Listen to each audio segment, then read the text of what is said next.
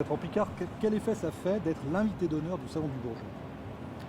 Quand on voit que Solar Impulse est un avion unique qui vole sans carburant, c'est vrai que d'être l'invité d'honneur du Bourget, c'est quelque chose d'assez extraordinaire. Ça montre aussi, et ça rassure, la prise de conscience de l'industrie sur le besoin impératif maintenant d'arriver à une aviation plus propre et à une société plus propre et moins dépendante des énergies fossiles. Maître Borchberg, vous, le pilote, vous l'avez amené ici, cet avion, il y a petit regret, vous n'avez pas pu voler aujourd'hui.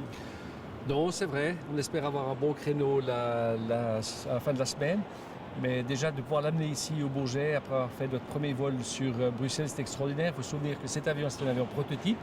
Il a été réalisé pour faire les tests, pour vérifier évidemment qu'on peut voler jour et nuit en Suisse, pas pour voyager. Voler si bien qu'on n'a pas pu résister finalement d'accepter l'invitation d'abord de Bruxelles et ensuite du Bourget. Ce qu'on voit aujourd'hui, c'est que la propulsion électrique et les moteurs électriques prennent de plus en plus d'importance. Safran, société française, a décidé maintenant de faire le taxi de ses avions avec des moteurs électriques dans les roues sans allumer les propulseurs jusqu'au décollage. La NASA vient de lancer un programme de recherche pour faire de la propulsion électrique pour transporter finalement ces fusées depuis les orbites terrestres vers d'autres planètes. Donc on voit que ces technologies ont un potentiel extraordinaire. Pourquoi? Un, parce que le moteur électrique c'est léger, et deux, c'est un rendement nettement supérieur au moteur thermique. Le but n'est pas que le public admire Solar Impulse. Le but, c'est que le public comprenne que les mêmes technologies que celles que nous avons dans l'avion sont accessibles dans le public pour la vie de tous les jours. Pour des voitures, des chauffages, des éclairages, des airs conditionnés, etc. Donc en fait, on ne veut pas créer de l'admiration, on veut créer de l'envie.